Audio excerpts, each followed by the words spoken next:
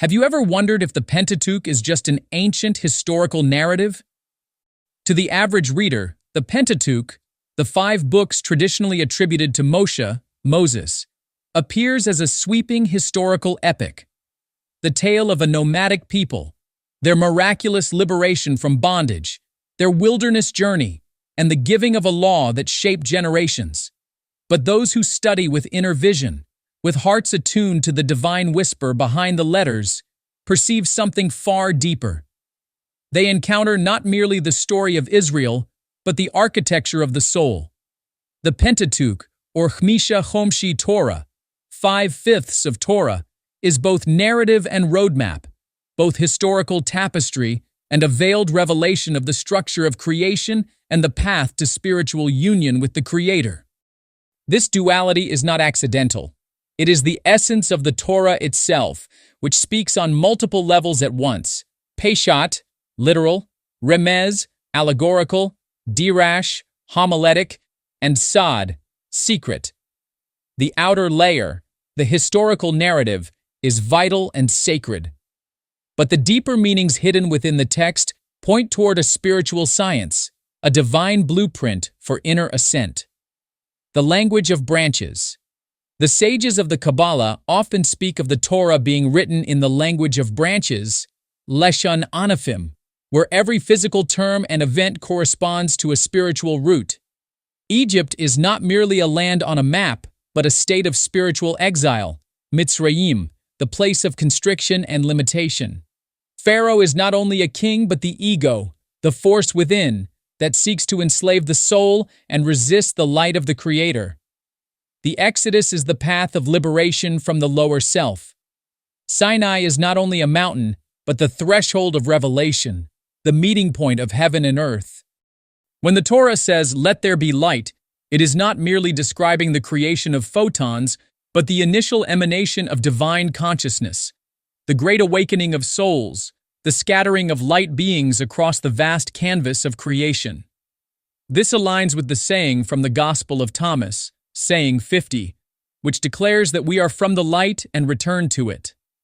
This hidden agreement between the Torah and the words of Yeshua HaNatzri, when properly discerned and purified of later distortions, confirms the inner truth. The Torah speaks to souls, not only to tribes. Beyond time and space. The Pentateuch is not bound by chronology. Time in the Torah is fluid. Events recorded thousands of years ago mirror present realities and future potentials. Abraham's journey is not only his, but ours. His call to leave his father's house and go to a land he knows not is the soul's call to transcend inherited limitations and awaken to its true destiny. Each patriarch, each matriarch, each covenant, exile, and redemption, these are the inner movements of every human being. The Torah does not ask us to remember a distant past. It invites us to enter a living process of transformation. This is why the reading of the Torah is cyclical. Every year the scroll begins anew, not because the story changes, but because we do. We are meant to spiral upward, encountering deeper meanings each time, as new dimensions of soul and cosmos are opened to us through the text. A manual for the soul. Let us consider the Mishkan, Tabernacle, the sacred structure built in the wilderness. On the surface, it is a mobile sanctuary for the presence of God. But mystically, the Mishkan is the blueprint of the inner self, a microcosm of the universe. Every beam, socket, and vessel corresponds to aspects of the spiritual anatomy of humanity. The menorah is the illumination of divine wisdom. The ark houses the soul's deepest knowing. The journey of the Mishkan through the desert mirrors the journey of the awakened soul through the trials of life, carrying the divine presence within. So too, the korbanot, offerings, are not about animal sacrifice alone. The root karav means to draw near. These acts of drawing near to the Creator reflect inward processes, the surrender of pride, the offering of desire, the elevation of thought. The fire on the altar symbolizes the divine yearning that consumes ego and purifies the heart. The commandments, mitzvot, are not arbitrary rules, but spiritual alignments, cosmic actions encoded in physical behavior. The Sabbath is not merely rest, but a foretaste of the world to come, a portal into harmony with the seventh dimension. The dietary laws are not only about food, but the sanctification of consumption and the refinement of desire. The festivals are celestial gates, moments when spiritual energies descend and time is pregnant with divine potential. The revelation of the upper force. At the heart of the Pentateuch lies a singular, breathtaking event, the revelation at Sinai. Here, amidst thunder and flame, a nation hears the voice of the Creator. But this event, too, is not merely historical. It is mystical. Sinai is the revelation of the Ein Sof, the Infinite One, within the finite world. It is the descent of Torah, not only onto tablets of stone, but into the hearts of humanity.